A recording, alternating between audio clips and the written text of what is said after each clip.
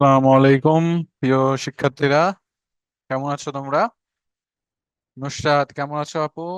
তোমার পড়ালেখা কেমন চলতেছে নুসরাত, বলো। আমাদের ক্লাস ইনশাআল্লাহ 30 থেকে শুরু হবে। তো ইনশাআল্লাহ আমরা জানবো। ওয়ালাইকুম আসসালাম। ভাই, আপনাকে দেখা যায় না। হ্যাঁ, আমি এখনো ক্যামেরা অন করি নাই তো, দেখতে পারতেছো না। ইনশাআল্লাহ ক্লাস টাইম হলেই আমি ক্যামেরাটা অন করে দেবো, ঠিক আছে?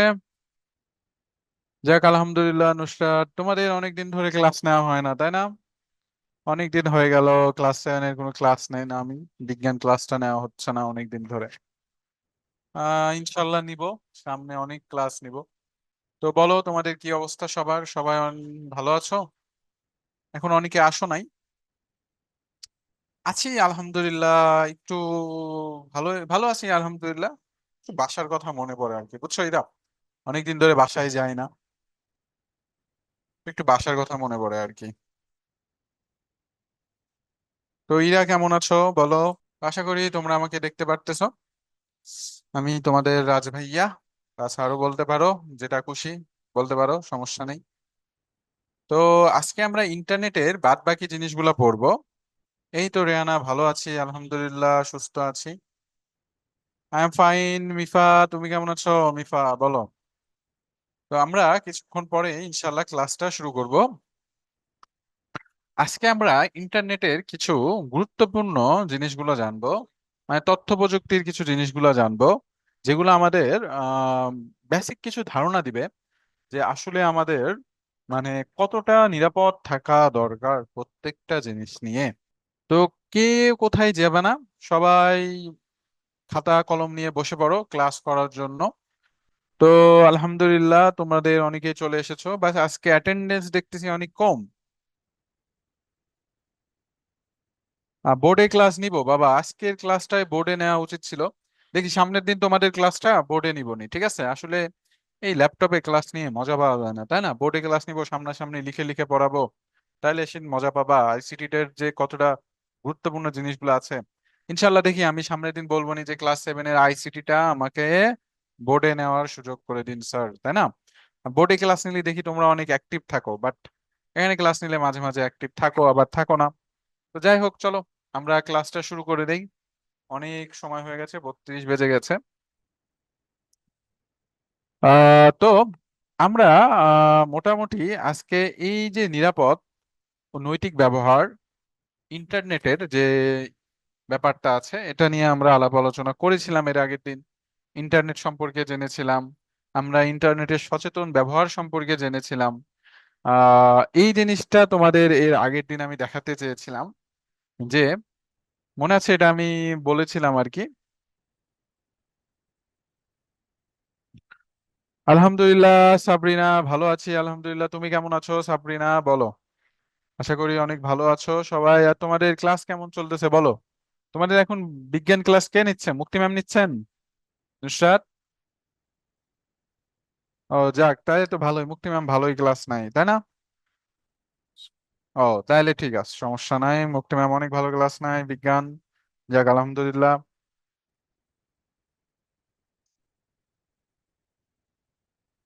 নূরে জান্নাত।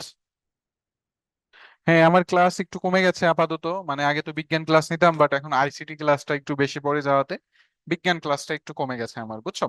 সেজন্য আইসিটি ক্লাসগুলো নিচ্ছি। তো আমি দেখি অন্তর স্যারে বলবো নি, যেন আমার আইসিটি ক্লাসগুলো একটু বোর্ডে দেওয়া হয়, অন্তপক্ষে প্রথম ক্লাসগুলো যেন একটু বোর্ডে দেওয়া হয়। তো চলো আমরা শুরু করি ব্যাপারটা। দেখো, এর আগের দিন আমি তোমাদেরকে ইন্টারনেটের সম্পর্কে বলেছিলাম অনেক কিছু, যে এই যে ইন্টারনেটটা আছে, ইন্টারনেট সম্পর্কে আমি যদি তোমাদের বলি আর কি। এই ইন্টারনেটটার মাধ্যমে আমরা কি করে থাকি? সংযোগ করে থাকি। সবাই একটু খাতা কলম নিয়ে বসে পড়ো, যে ইন্টারনেট একটা সংযোগ ব্যবস্থা। ঠিক আছে, আমি একটু রিক্যাপ করে দেই। আমি এর আগের দিন, এর আগের ক্লাসগুলোতে কি কি পড়িয়েছিলাম এই ব্যাপারগুলো একটু রিক্যাপ করে দেই। যে ইন্টারনেটটা কি? ইন্টারনেট বলতে বোঝায় একটা সংযোগ ব্যবস্থা, তাই না? এই ইন্টারনেটের মাধ্যমে আমরা সংযোগ করে থাকি, মানে কি, একে অপরের সাথে সংযুক্ত হয়ে থাকি, ঠিক কি না?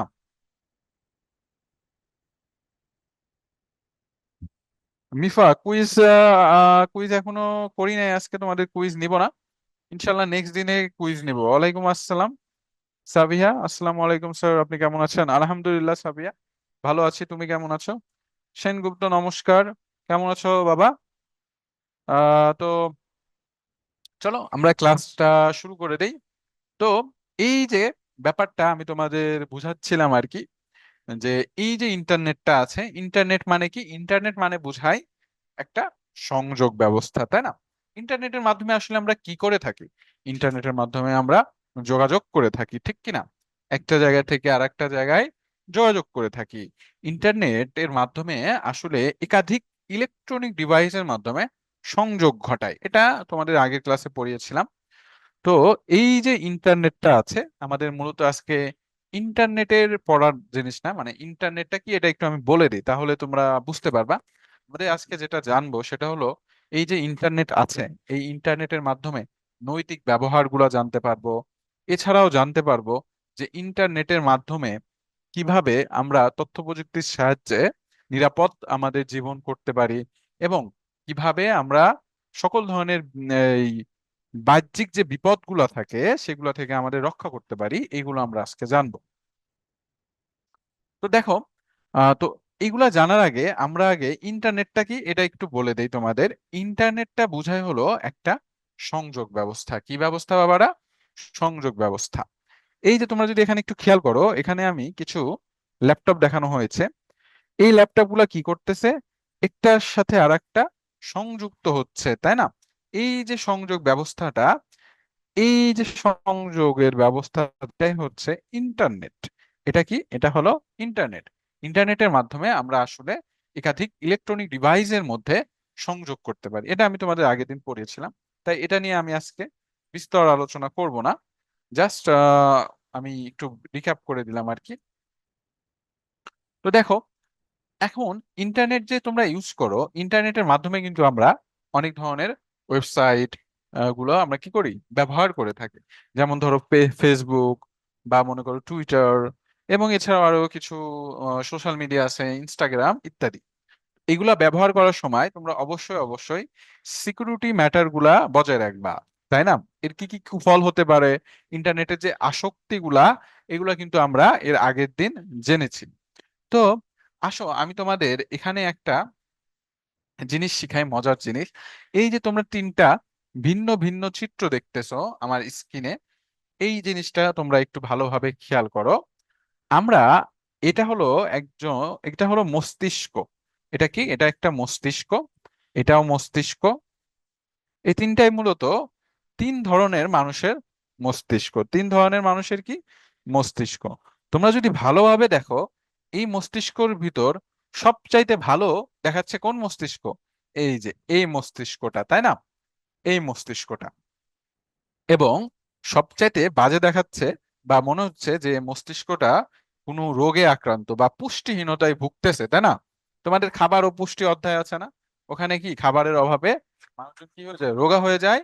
তো এখানে দেখতে পারতেছো যে এই যে মস্তিষ্কটা আছে, এই মস্তিষ্কটা কি হয়? এই মস্তিষ্কটা মনে করো যে মনে হচ্ছে রোগা, খাবার দাবার খায় না এরকম মনে হচ্ছে, তাই না?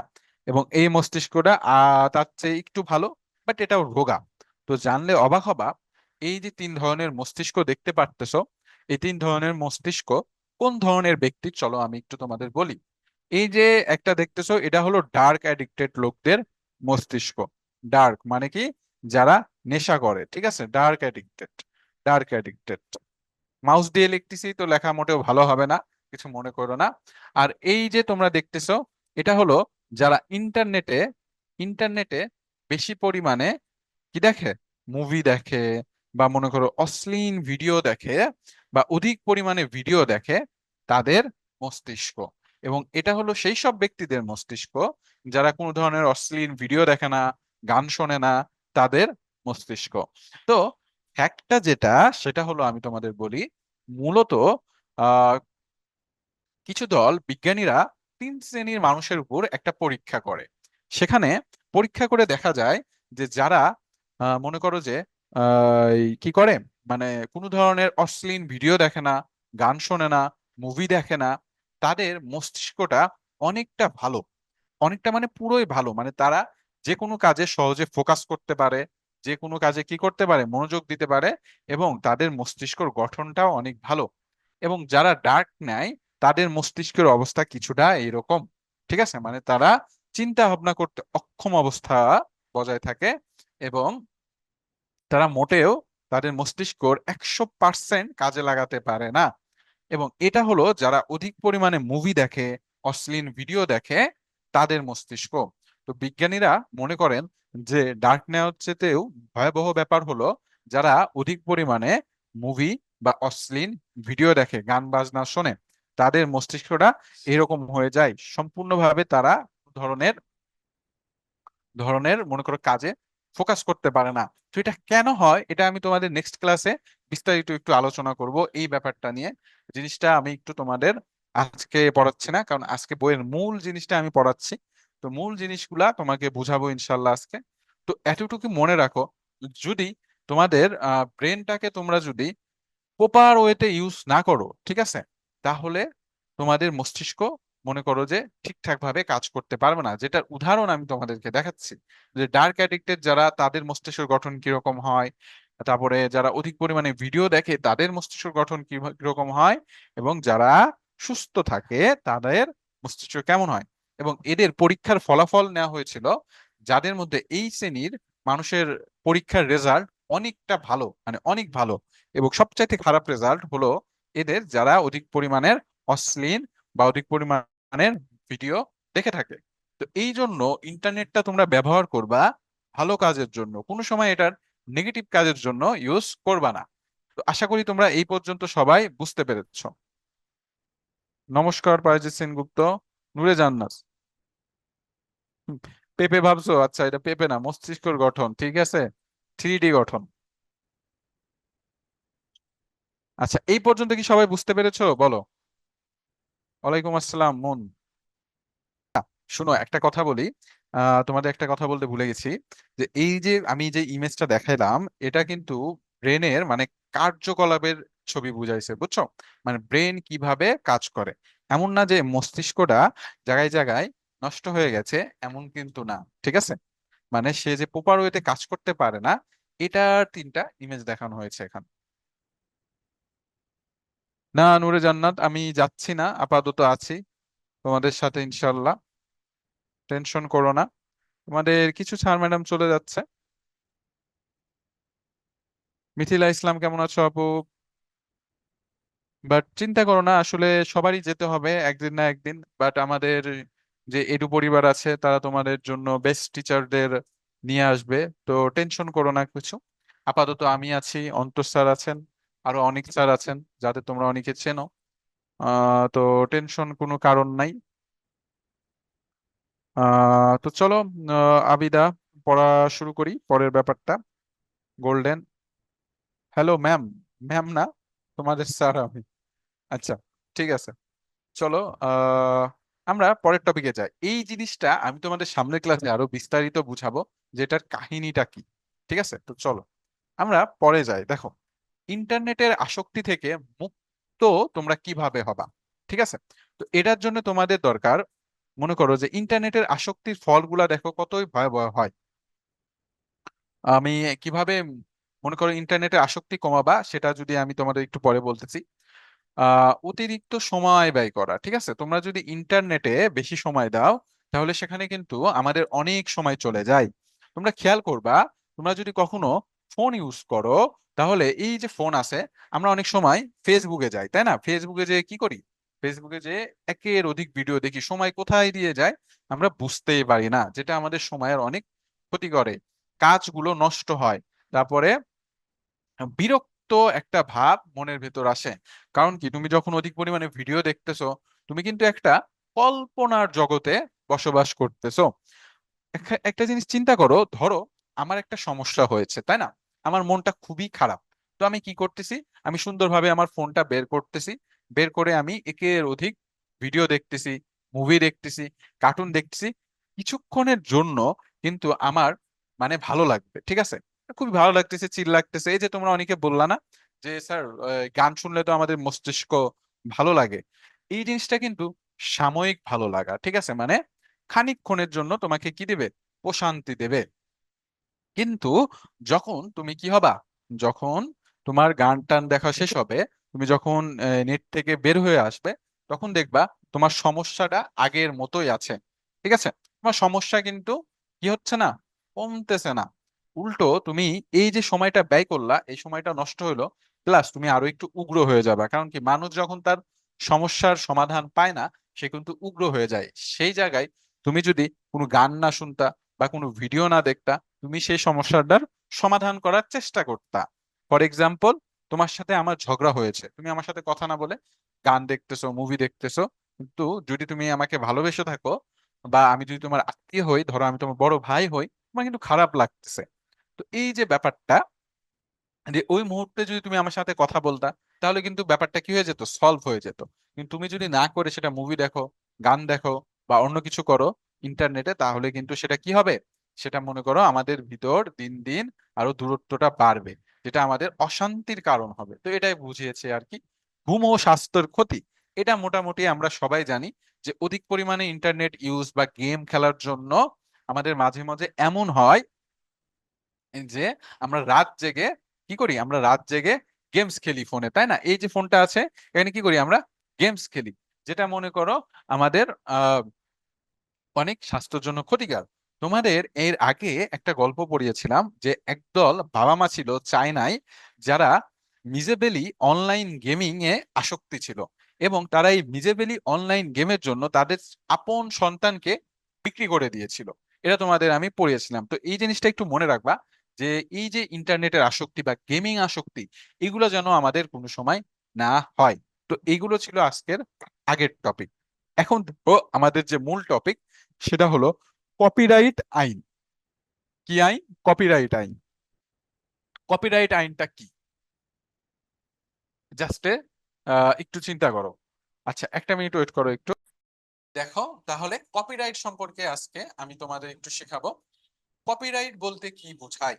দেখো, কপিরাইট হলো একটি আইনগত অধিকার, লেখক বা শিল্পী কর্তৃক তার সৃষ্ট কর্মের উপর একটি নির্দিষ্ট সময়ের জন্য স্থায়ী আইনগত অধিকারকে কপিরাইট বলে।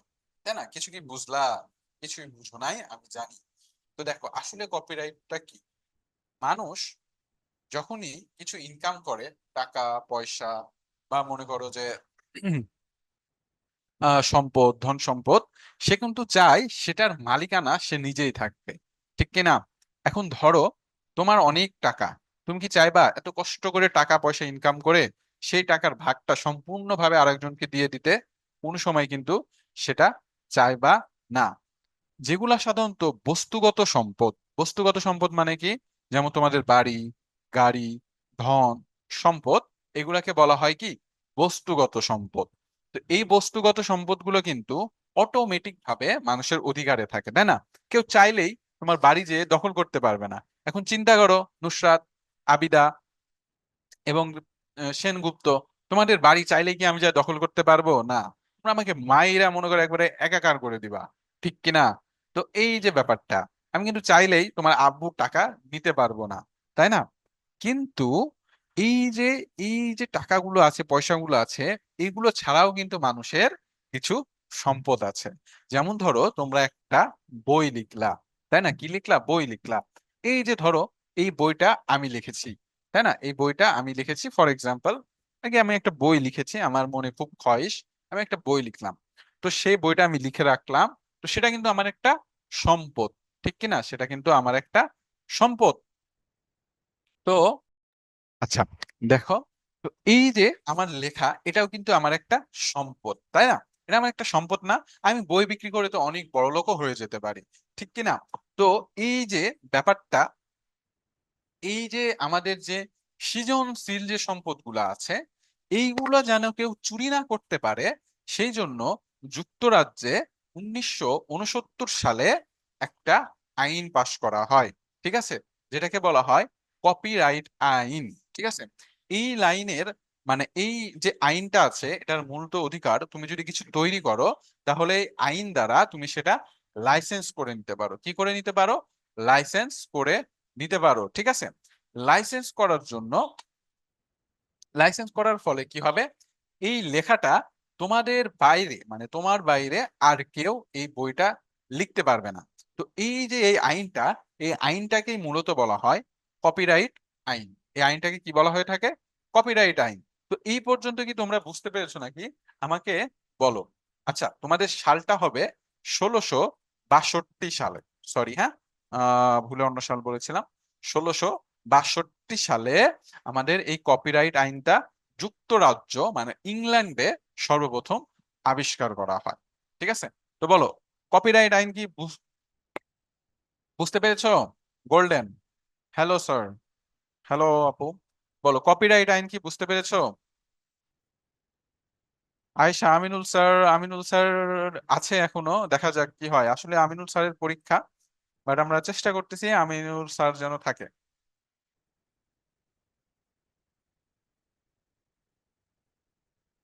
হ্যাঁ, রিলিজিয়ন সং গুলা তোমরা শুনতে পারো, সমস্যা নাই, কিন্তু ওগুলাতে যেন মিউজিক না আসে এই জিনিসটা একটু চেষ্টা করবা। মিউজিক কিন্তু আমাদের ব্রেনকে হার্ম করে।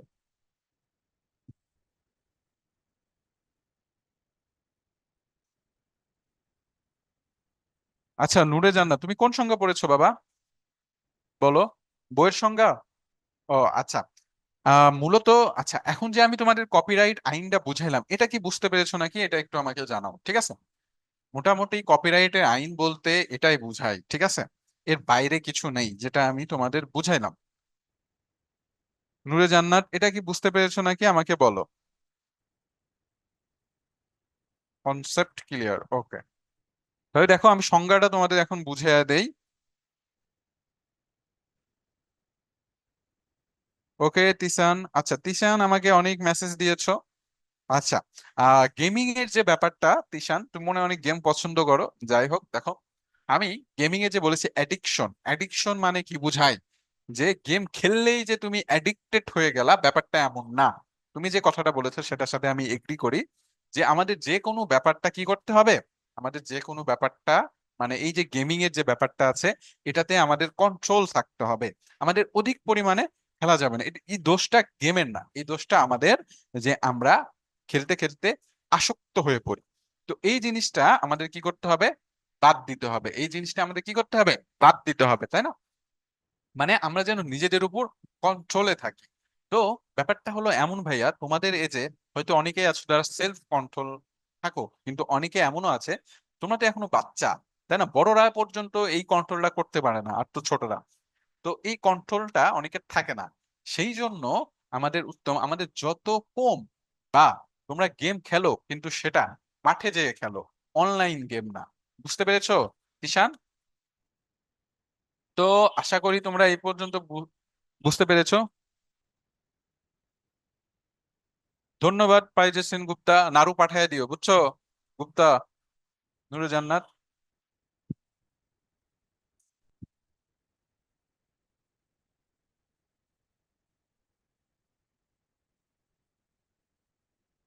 নুরে জান্নাত, তোমার সংজ্ঞাটা ঠিক আছে, বুঝছো? দেখো আমি কিন্তু বুঝাইছি কপিরাইট আইন, ঠিক আছে? ল, কপিরাইট ল বুঝিয়েছি। কপিরাইট কি বুঝিয়েছি? ল, আইন বুঝিয়েছি, যে কপিরাইট আইনটা কি, তাই না?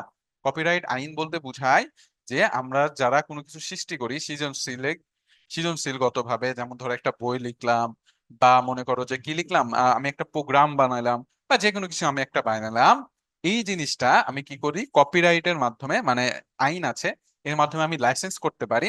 যার ফলে আমার যদি এই যে সেম জিনিস আর কেউ চুরি করে, তাহলে তার বিরুদ্ধে আমি কি করতে পারবো? মামলা করতে পারবো, এবং সেটা আন্তর্জাতিকভাবে বৈধ হবে।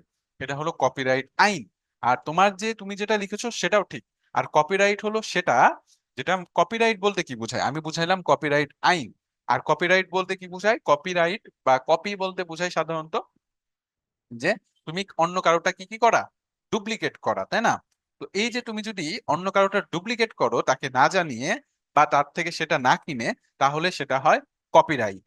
বুঝতে পেরেছো নূরে জান্নাত? এখন এখন কি ক্লিয়ার বাবা তোমাদের? সবাই কি বুঝতে পেরেছো নাকি আমাকে একটু জানাও। নূরে জান্নাত বুঝেছো আপু? ওকে, ভেরি গুড। আচ্ছা, তো এই কপিরাইট আইনটা কত সালে তৈরি হয়? হ্যাঁ, কুইজ আছে, কুইজ আজকে আছে, কুইজ বানাচ্ছে, টেনশন করো না। কুইজ আছে, আমি কুইজ দিব তোমাদের ক্লাস শেষে। তো দেখো, তো 1662 সালে এই কপিরাইটটা তৈরি করা হয় যুক্তরাজ্যে। কত সালে? 1662 সালে যুক্তরাজ্যে এটা তৈরি করা হয়। ঠিক আছে, এই জিনিসটা মনে রেখো। যুক্তরাজ্য, যুক্তরাজ্যে এটা তৈরি করা হয়। ঠিক আছে, যুক্তরাজ্য এই আইনটা তৈরি করে। ঠিক আছে, যুক্তরাজ্য এই আইনটা তৈরি করে, যেন কেউ মনে করো যে এটার মানে না করতে পারে, দুর্ব্যবহার না করতে পারে। এবং এই কপিরাইট আইনের ফলে যেটা হয় যে, মনে করো যে তোমার যে কোনো বই বা সৃজনশীল জাতীয় জিনিস মূলত 100 বছর পর্যন্ত তুমি তোমার নামে করে রেখে যেতে পারো। মানে 100 বছর পর্যন্ত কেউ এই আইনের কি করতে পারবে না? লঙ্ঘন করতে পারবে না। ঠিক আছে, কি করতে পারবে না? মানে তোমার জিনিসটা অন্যজন চুরি করতে পারবে না। বাংলাদেশে এই কপিরাইট আইনের সীমা হলো 60 বছর, আর আন্তর্জাতিকের সীমা হলো 100 বছর। মনে রাখবা, বাংলাদেশের সীমা কত বছর? 60 বছর। আর তোমার কি বলে, আন্তর্জাতিকে কত বছর? 100 বছর। ঠিক আছে, তো এটা ছিল আমাদের কপিরাইট সম্পর্কে। কুইজ নেই, এখন বানাচ্ছি, দেখলাম তোমাদের কুইজ দিয়ে দেই, সমস্যা নেই, আমি বানাতে দিয়ে দিয়েছি। তো টেনশন করো না, ওকে? ইরা, আমার কাছে কোশ্চেন আছিল, তো ওটা বলে দিয়েছি যে এইভাবে বানাও, বানাচ্ছে। তো টেনশনের কোনো কারণ নেই। তো কুইজ দিব। ঠিক আছে, যেহেতু তোমরা কুইজ দিতে অনেক পছন্দ করো, তাই দেখলাম তোমাদের রনি ভাইয়ের দিয়ে একটা কুইজ বানিয়ে ফেলি। ওকে, আচ্ছা, তো চলো আমরা পরবর্তীতে যাই।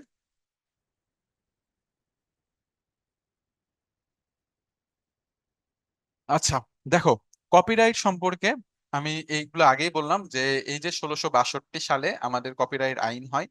শুরুতে শুধু বইয়ের জন্য এই আইনটা ছিল, কিন্তু পরবর্তীতে ব্যবসার বা মনে করো কম্পিউটার প্রোগ্রাম, ছবি ইত্যাদিকেও কপিরাইট আইনের আওতায় আনা হয়। এখন তোমাদের মনে একটা কোশ্চেন আসতে পারে যে স্যার, একটা ছবি কিভাবে কপিরাইটের আওতায় আসে? এখন ধরো, এই যে ইমেজ গুলা দেখতেছো, তাই না? এই যে তুমি ব্যাকগ্রাউন্ডের যে ডিজাইনটা দেখতেছো, এটা কিন্তু আমাদের তৈরি করেছে তোমাদের রাকিব ভাইয়া। ঠিক আছে, এই যে ডিজাইন গুলো দেখতেছো না, এটা কিন্তু কি, তার একটা তৈরি করা সৃজনশীল জিনিস, তাই না? সে তৈরি করেছে, তার কিন্তু এখানে মেধা খরচ হয়েছে। আর আমি তৈরি করেছি তোমাদের জন্য এই টেক্সট গুলা। ঠিক আছে, বই থেকে পড়ে আমি এই টেক্সট গুলা বের করেছি যেন তোমরা সহজে জিনিসগুলা বুঝতে পারো। তো এখানে দুইজনের কিন্তু মেধা কাজে লাগানো হয়েছে, একজন রাকিব ভাই আর একজন আমি। তো এই যে এটা কিন্তু একটা সৃজনশীল, তাই না? আমারটা টেক্সট মানে বইয়ের অন্তর্ভুক্ত, কিন্তু তারটা কিন্তু সৃজনশীল, তার মেধা খাটিয়ে তিনি কিন্তু একটা ছবি আবিষ্কার করেছেন, ছবি তৈরি করেছেন। তো এই যে এই জিনিসগুলো কি আমাদের কপিরাইটের লাইসেন্সের আওতাভুক্ত আনতে পারি যদি আমাদের প্রয়োজন হয়। কারণ কি, অনেক ছবি থাকে যেগুলো বিক্রিও করা হয়। তোমরা অবশ্যই উইন্ডোজ 7 এর কম্পিউটার যারা যারা ইউজ করেছো, তারা একটা ছবি দেখতে পাবা যেখানে একটা মাঠ দেখানো হয়েছে। কি দেখানো হয়েছে? উইন্ডোজ 7 বা 6 মেবি ছিল, যেখানে একটা ফিল্ড দেওয়া হয়েছে। সেটা কিন্তু একজনের ছবি তোলা। ঠিক আছে, যে ছবিটা মাইক্রোসফট কিনে তাদের লোগো আকারে তৈরি করেছে। তার মানে কি, ছবি দ্বারাও কিন্তু টাকা কামাই করা যায়, এবং সেটাও কি একটা সম্পদ। সেজন্য আমরা চাইলে কোন একটা ছবিকেও কপিরাইটের আইনে আনতে পারি। তো এই আর কি। তো এটা আমি আগেই বলেছি, কপিরাইট সাধারণত লেখক শিল্পীর মৃত্যুর পরে 50 থেকে 70 বছর পর্যন্ত কি থাকে, বলবৎ থাকে। মানে তুমি যদি মারাও যাও, তাও তোমার জিনিস আর কেউ চুরি করতে পারবে না। কেউ যদি চুরি করে, তোমার বংশধররা সেই বিরুদ্ধে যদি মামলা করে, তাহলে সেটা কি পেয়ে যাবা তুমি? আবার ফেরত পেয়ে যাবা। ঠিক আছে, তো আশা করি তোমরা এই পর্যন্ত বুঝতে পেরেছো। এখন বলো, এই পর্যন্ত কারো কি কি কোনো সমস্যা আছে নাকি, বলো। নাই বাবা, একটু বলো তো, কোথায় বুঝতে পারো নাই বলো। হ্যাঁ আয়েশা, আমি আছি। ঠিক আছে, তোমাদের আমিনুল স্যারকেও রাখার চেষ্টা করতেছি, এবং আমি আছি, টেনশন করো না। ও, কারেন্ট চলে গেছিল, ঠিক আছে, আমি এখনো যাচ্ছি না। তো টেনশনের কোনো কারণ নেই, তোমাদের ক্লাস নিব ইনশাআল্লাহ। তো চলো আমরা পরের টপিকে চলে যাই। আমাদের পরের টপিকটা কি আছে দেখি আমরা। আমরা মোটামুটি ইন্টারনেটের বিভিন্ন সম্পর্কে কিছু জানলাম, সাইবার নিরাপত্তা সম্পর্কে আমরা একটু জানি। চলো, সাইবার নিরাপত্তা বলতে কি বোঝায়। এই সম্পর্কে আমরা একটু জানি, ঠিক আছে? আচ্ছা, সাইবার নিরাপত্তা। তো চলো আমরা এখন সাইবার নিরাপত্তা সম্পর্কে একটু ধারণা করি। Very good Sengupta. এরকম ভাবে নিয়ন্ত্রণে থাকতে হয়, ঠিক আছে? মুন, সেকেন্ড লাইন মানে কোন টপিকটা বোঝো নাই এটা একটু আমাকে জানাও তো মুন। যে এই জিনিসটা আমি বুঝি নাই, কপিরাইট আইন বোঝো নাই, নাকি কপিরাইট কি এটা বোঝো নাই, নাকি ইন্টারনেট কি, কোনটা বোঝো নাই আমাকে একটু বলো।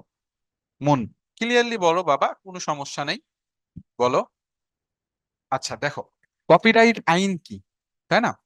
কপিরাইট আইন যদি আমি বলি, যে তোমাদের সহজ বাক্যে বলি, যে এটা এমন একটা আইন যার মাধ্যমে আমাদের সৃজনশীল তৈরি, মানে যেটা তুমি নিজে মেধা খাটিয়ে তৈরি করেছো, যেটা সাধারণ, সেটাকে যেন কেউ চুরি না করতে পারে, সেটার একটা আইন। ধরো আমি একটা বই লিখলাম এবং এই বইটা লেখা হইলো, এই বইটা যেন কেউ চুরি না করতে পারে সেই জন্য কপিরাইটের আওতায় আমি এটাকে লাইসেন্স আবদ্ধ করে নিতে পারি। যার ফলে কি হবে? যার ফলে মনে করো আমার এই বইটা অন্য কেউ চুরি করতে পারবে না। তো এই যে এই ব্যাপারটাকে বলা হয় কপিরাইট আইন, ঠিক আছে? আশা করি বুঝতে পেরেছো। এখন আসো আমরা ইন্টারনেটের সচেতনতা ও সাইবার নিরাপত্তা সম্পর্কে একটু আলাপ আলোচনা করব। এখানে আমি কিছু তথ্য দিয়েছি যা মূলত তোমাদের বেসিক এমসিকিউ এর জন্য আর কি। তো দেখো, আমাদের ইন্টারনেটের সচেতনতা ও সাইবার আইন যদি আমি তোমাদের একটু বলি।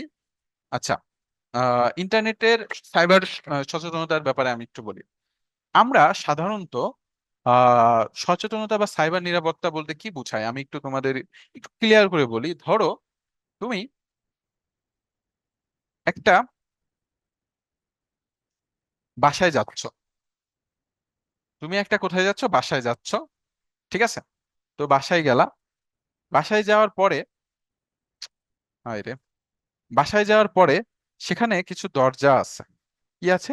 দরজা আছে, তাই না? তো সেখানে অনেকগুলা দরজা আছে। এখন তুমি কি সরাসরি সেই দরজাতে ঢুকে যাবা?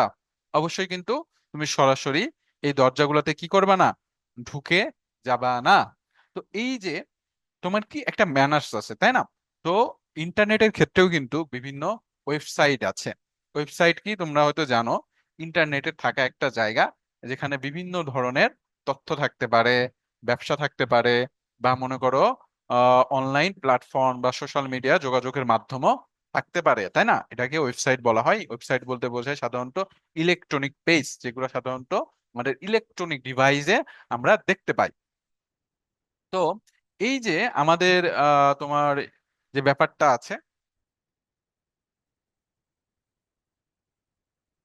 আমাদের যদি আমি তোমাদেরকে সহজভাবে বলি, যে মানে সাইবার নিরাপত্তা বলতে বোঝায় যে তোমার যে ওয়েবসাইট আছে সেগুলো, বা ইলেকট্রনিক, বা সোজা কথায় যে অনলাইনের যে তোমার তথ্যগুলো আছে, এগুলাকে নিরাপদ রাখার যে প্রক্রিয়া, সেগুলোকে আমরা বলি সাইবার নিরাপত্তা প্রক্রিয়া, ঠিক আছে? তো দেখো, এখন তোমাদের মনে কোশ্চেন আসতে পারে যে স্যার, সাইবার নিরাপত্তার ক্ষেত্রে আমরা আমাদের অ্যাকাউন্টে কি কেউ ঢুকতে পারে কিনা? হ্যাঁ, উত্তর হলো হ্যাঁ, অবশ্যই তোমাদের সাইবার নিরাপত্তা অ্যাকাউন্টে লোকজন কি করতে পারে, প্রবেশ করতে পারে, ঠিক আছে? এখন এটা কিভাবে পারে? এটা সাধারণত হ্যাকিং এর মাধ্যমে হয়। কিসের মাধ্যমে হয়? হ্যাকিং এর মাধ্যমে হয়। তোমরা হয়তো বিভিন্ন ধরনের ওয়েবসাইট দেখো যেখানে বিভিন্ন ধরনের শাখা থাকে, কি থাকে? শাখা থাকে, মানে যে ওয়েবসাইট গুলো কিন্তু অনেকগুলো জায়গা থাকে। কিছু কিছু জায়গা থাকে যেখানে তোমাকে ঢুকার পারমিশন দেওয়া থাকে, হ্যাঁ তুমি এই সাইডে ঢুকতে পারবা। এবং কিছু কিছু জায়গা এমন থাকে যেখানে কিন্তু কোনো পারমিশন দেওয়া থাকে না, তাই না? তো এই যে ব্যাপারটা, এই ব্যাপারটাকে মনে করো যে লোকজন কি করে, অনেক সময় মনের আনন্দে বা কিউরিওসিটিতে তারা একটা জায়গায় ঢুকতে চায়, ঠিক আছে? যদি তারা শুধু ঢোকে তাহলে সেটা কোনো মানে খারাপ দিক হয় না, ঢুকে বের হয়ে আসলো। কিন্তু তারা যদি ঢুকে ওই কোম্পানির কোনো ক্ষতি করে তাহলে সেটা খারাপ। এবং এই জন্য এখানে দুই ভাগে ভাগ করা হয়েছে। কয় ভাগে ভাগ করা হয়েছে? দুই ভাগে ভাগ করা হয়েছে এই হ্যাকিংকে। হ্যাকিং বলতে কি বোঝায়? তোমার বিনা অনুমতিতে তোমার তথ্যগুলো যদি কেউ চুরি করে তাহলে সেটাকে আমরা বলি হ্যাকিং। তোমার বিনা অনুমতিতে তোমার যদি ইন্টারনেটে থাকা তথ্যগুলো কেউ চুরি করে তাহলে তাকে কি বলা হয়? হ্যাকিং বলা হয়। একটু লিখে নিও। তোমার বিনা অনুমতিতে তোমার অজান্তে তোমার তথ্যগুলোকে যদি কেউ চুরি করে তাহলে তাকে বলা হয় হ্যাকিং। ঠিক আছে? তো এই হ্যাকিং গুলোকে সাধারণত দুই ভাগে ভাগ করা হয়। কয় ভাগে ভাগ করা হয়? দুই ভাগে ভাগ করা হয়। একটা হলো হোয়াইট হ্যাট হ্যাকার, আর একটা হলো ব্ল্যাক হ্যাট হ্যাকার। ঠিক আছে? হোয়াইট হ্যাট হ্যাকার আর একটা কি black hat hacker. White, WHIT, white hat, HAT, hat, hacker, hacker, HACKER, hacker. ঠিক আছে? HACKER, hacker. White hat hacker এবং black hat hacker. White hat hacker কোনগুলা? হোয়াইট হ্যাট হ্যাকার হলো যারা বিনা অনুমোদিত ওয়েবসাইটে বা তোমার তথ্যক্ষেত্রে তো প্রবেশ তো করে, কিন্তু সেখানে যে কোনো ধরনের কোনো ক্ষতি করে না, জাস্ট কিউরিওসিটিতে তারা কি করে ঢুকে এবং ভদ্র বাচ্চার মতন আবার বের হয়ে আসে। তো এটা হলো তোমার হোয়াইট হ্যাট হ্যাকার। আর ব্ল্যাক হ্যাট হ্যাকার কি? যারা মনে করো যে তথ্য পেয়ে কি করে চুরি করে, মানে তথ্যগুলোকে কি চুরি করে। যেমন ধরো ইউএসএ তে মাত্র 19 বছরের একজন বালক, সে যে কি করেছিল যুক্তরাষ্ট্রের সামরিক বাহিনীর মনে করো বিশাল একটা তথ্য চুরি করেছিল। ঠিক আছে? তো এটা কি? এটা হলো ব্ল্যাক হ্যাট হ্যাকার। তো এই পর্যন্ত কি তোমরা বুঝতে পেরেছো নাকি বলো? হোয়াইট হ্যাট হ্যাকার এবং ব্ল্যাক হ্যাট হ্যাকারটা কি বুঝেছো নাকি আমাকে একটু জানাও।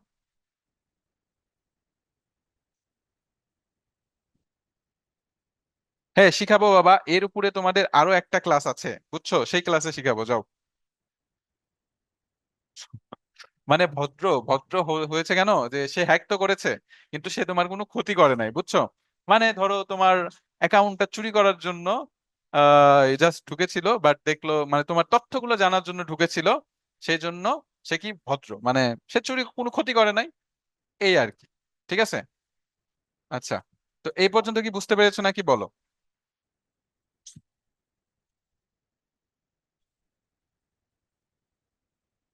ওকে, নূরে জান্নাত বুঝেছো?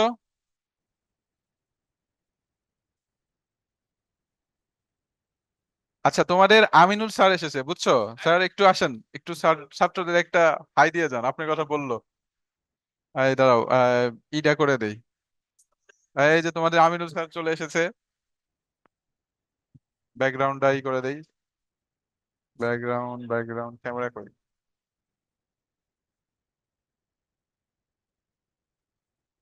আচ্ছা, দেখা যাইতেছে তাই না? হ্যাঁ। এই যে ইরা মেসেজ দিয়েছে। নমস্কার। নুসরাত আছে, নুসরাত। এই যে নুসরাত। বায়েজ হোসেন গুপ্তা দুর্গাপূজার শুভেচ্ছা জানাইছে। তোমার স্যারের ল্যাপটপ নিয়ে এসেছে, বুঝছো? দেখা স্যার চলে এসেছে। আচ্ছা, টেনশন করো না, ক্লাস আছে। আচ্ছা, স্যার চলে এসেছিল, স্যার একটা হাই হ্যালো দিয়ে গেল।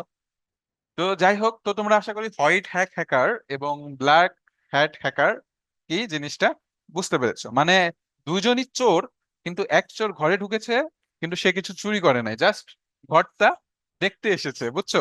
এটা হলো ভালো চোর।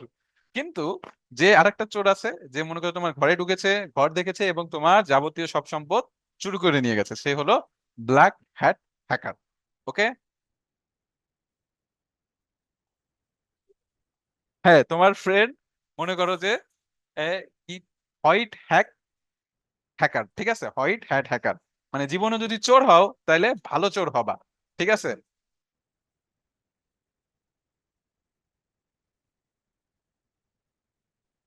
হ্যাঁ, ঠিক বলেছো, একটা সৎ চোর আর একটা অসৎ চোর।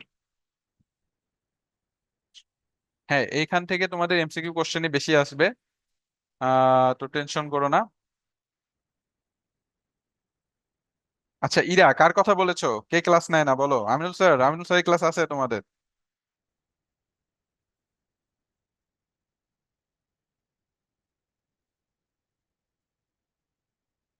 ওকে, তো আশা করি তোমরা এই পর্যন্ত সবাই বুঝতে পেরেছো।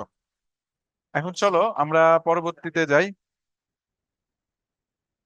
আচ্ছা, পরবর্তীতে দেখো টপিক গুলো যে ছিল ওগুলো এখানে অ্যাড করি নেই।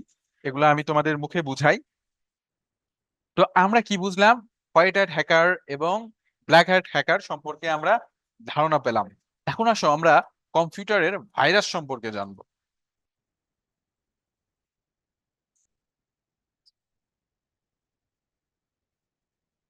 আচ্ছা কাহাব, চোর হওয়া লাগবে না, বুঝছো, মানুষ হও।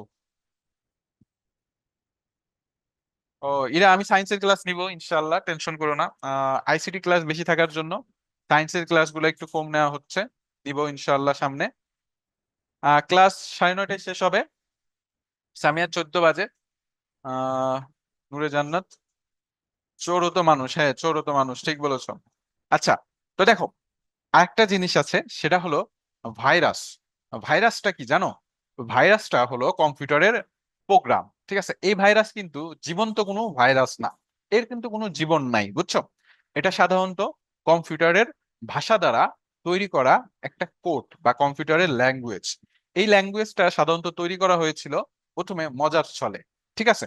যে হ্যাঁ আমি এটা তৈরি করেছি যেন কম্পিউটারে, মনে করো যে আমার ফ্রেন্ডের কম্পিউটারে একটু আমি কি করব, একটু ডাউন করে দিব, বা তার সফটওয়্যার যেন কাজ না করতে পারে, এই জন্য এই ভাষাটা তৈরি করা হয়েছিল। কিন্তু পরবর্তীতে যেটা দেখা গেল, মানুষের মাথা তো মাশাআল্লাহ অনেক ভালো, বুঝছো। তৈরি করে একটার জন্য, কাজে লাগায় আরেকটার জন্য, পরে এটাকে তারা ক্ষতিকর দিকের জন্য লাগাইতে লাগলো, কাজে লাগাইতে লাগলো। কিভাবে লাগাইলো?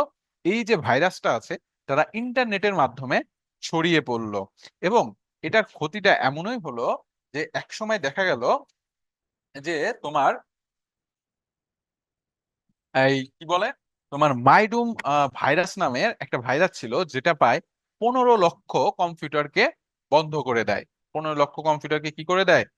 বন্ধ করে দেয়। এবং মাইক্রোসফট কোম্পানির কথা তো সবাই শুনেছো, ওদের প্রায় 1.5 মাস সার্ভার বন্ধ ছিল ভাইরাসের জন্য। ওদের ভাইরাস দ্বারা সার্ভারটা ইনফেক্টেড হয়ে গিয়েছিল। চিন্তা করো, মাইক্রোসফটের মতন এত বড় একটা কোম্পানি, যারা এই যে তোমরা ল্যাপটপ দেখো না, মাইক্রোসফটের যে এই যে উইন্ডোজ যে দেখো, এটা কিন্তু মাইক্রোসফট কোম্পানির। তারা একটা সফটওয়্যার কোম্পানি। ধরতে গেলে পৃথিবীর ভেতরে 10টা কোম্পানির একটা হলো মাইক্রোসফট সফটওয়্যার কোম্পানি। তো তারা তারা পর্যন্ত এই ভাইরাসে কি হয়েছিল, তাদের কম্পিউটার বা প্রোগ্রাম গুলো ইনফেক্টেড হয়ে গিয়েছিল। তো এই যে ভাইরাস গুলা, এই ভাইরাস বলতে বোঝায় আসলে কম্পিউটার প্রোগ্রাম। কি বোঝায়? কম্পিউটার প্রোগ্রাম, ঠিক আছে। তো এই পর্যন্ত কি তোমরা বুঝতে পেরেছো নাকি, আমাকে একটু জানাও। ভাইরাস কি এই পর্যন্ত বুঝতে পেরেছো? বলো। ভাইরাস আর কিছুই না, ভাইরাস হলো কম্পিউটার প্রোগ্রাম, ঠিক আছে। ওকে, ওকে, ঠিক আছে। তো দেখো, এখন আমাদের লাস্ট একটা টপিক আছে, সেটা হলো ক্রেডিট কার্ড, ঠিক আছে। ক্রেডিট কার্ড কি? ক্রেডিট কার্ড হলো ব্যাংকের দেওয়া একটা কার্ড, যার মাধ্যমে আমরা অর্থ লেনদেন করতে পারি, বুঝছো। তোমাদের আমিনুল স্যার কিন্তু অনেক বড় লোক, বুঝছো। তার কাছে কিন্তু ক্রেডিট কার্ড আছে, আমি গরিব, আমার কাছে কোনো ক্রেডিট কার্ড নাই। সে খুব বড় লোক, মনে করো, খুবই বড় লোক। থাক, আর কিছু না বললাম। স্যার আপনি ক্রেডিট কার্ড তো দেখাবেন নাকি, বাচ্চাদের একটু দেখাই দাম। ও ডেবিট কার্ড আছে, আচ্ছা স্যারের কাছে ডেবিট কার্ড আছে, বুঝছো। আচ্ছা, তো দেখো, এই যে এই যে ক্রেডিট কার্ডটা থাকে, এই ক্রেডিট কার্ড দ্বারা সাধারণত টাকা নেওয়া দেওয়া করা হয়, ব্যাংক থেকে টাকা তোলা হয়। তো এটার একটা পিন নাম্বার থাকে, বুঝছো। যে পিন নাম্বারটা তোমরা যদি কোনো সময় ক্রেডিট কার্ড ইউজ করো, তাহলে এই পিন নাম্বারটা কারোর কাছে শেয়ার করবে না। কারণ এই পিন নাম্বারের সাহায্যে তোমার টাকা যে কেউ তুলে নিতে পারে, ঠিক আছে। এবং এখানে একটা কি আছে, ওটিপি দেয়, এই ওটিপিটা তোমরা আরো শেয়ার করবে না। ওটিটা ওটি ওটিপি মানে কি? ওয়ান টাইপ পাসওয়ার্ড, ঠিক আছে। ওয়ান টাইপ পাসওয়ার্ড মানে এটা জাস্ট একবার ইউজ করা যায়, ঠিক আছে, এই পাসওয়ার্ডটা। তো এই যে ওটিপিটা দেওয়া থাকে, এই ওটিপিটাও তোমরা শেয়ার করবে না। এক সময় এমন ছিল, মানুষজন তো বুঝতে পারতো না, তাদের ব্যাংকে থেকে প্রচুর পরিমাণে টাকা মানুষজন চুরি করে নিত। কিভাবে চুরি করে নিত? ধরো, ছোটবেলায় আমার একটা কল এসেছিল, বুঝছো, আমাকে বলতেছে যে ভাই আপনি 1 লক্ষ টাকা জিতছেন, বৃত্তি পেয়েছেন আপনি লটারির মাধ্যমে। তো আপনি এখন আমাকে টাকা দিন, ঠিক আছে, টাকা দিন, আমি টাকাটা আপনার কাছে পাঠাবো, খরচ বাবদ আমাকে 5,000 টাকা দিন। তো আমি তো খুব খুশি যে আমি টাকা দিচ্ছি, মাসাল্লাহ। তো এই টাকাটা তো এখন নিতে হবে, তো 5,000 টাকা পাঠিয়ে দিই। পরে আমার মামারে বললাম, মামা বলে যে না, টাকা পাঠাইস না, দাঁড়া ওরে কল দেই। তো পরে ওরে কল দিল, বললো যে ভাই আপনি 10,000 টাকা রাখেন আর 90,000 টাকা আমাকে পাঠিয়ে দিন।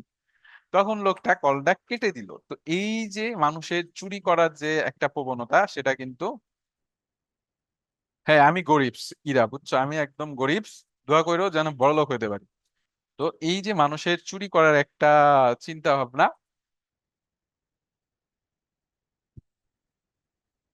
এই যে মানুষের চুরি করার একটা চিন্তা ভাবনা, এই চুরি করার চিন্তা ভাবনা কিন্তু তারা ধীরে ধীরে ডিজিটাল করে ফেলেছে, বুঝছো। আগে চুরি করতো কি মানুষের ঘর কেটে, এখন চুরি করে মানুষের তথ্য কেটে। ঠিক আছে। তো নিজেদের তথ্য সবসময় সেভ রাখবা, নিজেদের ফেসবুক পাসওয়ার্ড গুলা মজবুত দিবা, যেন তোমাদের তথ্যগুলা কেউ না জানতে পারে। ইনফ্যাক্ট তোমাদের যে ফোন নাম্বার গুলো থাকে সেগুলো বাইরে শেয়ার করবা না। তো এই ছিল আর কি আমাদের আজকের মূলত টপিক। তো আশা করি তোমরা এই পর্যন্ত সবাই বুঝতে পেরেছো। তোমাদের কুইজটা আমি দিয়ে দিচ্ছি। তোমরা কুইজ দিয়ে আমাকে জানাও যে কে কত নম্বর পেয়েছো। ঠিক আছে, আমি একটু তোমাদের কুইজটা দেখতে চাই। আমি তোমাদের কুইজটা গ্রুপে দিয়ে দিচ্ছি। এখানে কিন্তু একটা কথা আছে, বুঝছো। এই যে কুইজটা আছে, এটা কিন্তু তোমরা একবারের বেশি কেউ ঢুকতে পারবে না। দ্বিতীয়বার ঢুকলে আর আসবে না, বুঝছো। তো যারা একবার চুরি করেছো তারা ধরা খেয়েছো। আচ্ছা, মেইন চ্যাটে দিব, কিন্তু আমার তো এখানে হোয়াটসঅ্যাপ লগ ইন নাই, বুঝছো। মানে আমিনুল স্যারের ল্যাপটপ তো। আচ্ছা আমি দাঁড়াও ই করি, তোমাদের লিঙ্কটা কপি করে এখান থেকে দিচ্ছি। সাবাস নাজিব আল হাসিফ, ভেরি গুড। তো যাদের জিমেইল অ্যাকাউন্ট নেই তারা অবশ্যই জিমেইল অ্যাকাউন্টটা খুলো। খুলে, জিমেইল অ্যাকাউন্ট তোমাদের শিখিয়েছিলাম না জিমেইল অ্যাকাউন্ট কিভাবে খুলে, জিমেইল অ্যাকাউন্ট খুলে নিবা। ঠিক আছে।